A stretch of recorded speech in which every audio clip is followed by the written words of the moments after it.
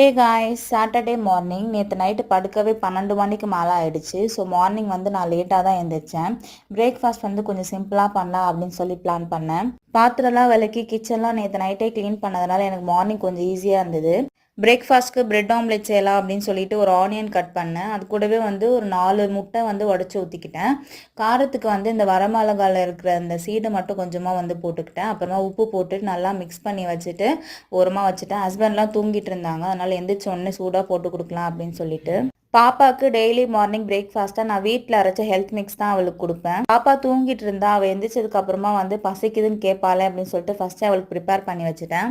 கைவிடாமல் ஒரு 5 நிமிஷம் கிண்டிகிட்டே இருந்தால் சூப்பரான ஹெல்த் மிக்ஸ் ரெடி ஆயிடும். பிரெட் ஆம்லேட்க்கு கொஞ்சமாக பட்டர் தடவிட்டு அது மேலே நம்ம ப்ரிப்பேர் பண்ணி வச்சு எக்கை ஊற்றிட்டு அதுக்கு மேலே 2 பிரெட்டை வச்சுட்டு ஒரு சைடு மைனஸ் ஒரு சைடு வந்து பீஸா சாஸ் போட்டோன்னா சூப்பராக வந்து பிரெட் ஆம்லேட் ரெடி ஆயிடும். பாப்பாவும் அதுக்குள்ளே எழுந்துச்சிட்டா, அவளுக்கு ப்ரஷ் பண்ணி விட்டுட்டு சூப்பராக மார்னிங் பிரேக்ஃபாஸ்ட் முடிச்சாச்சு.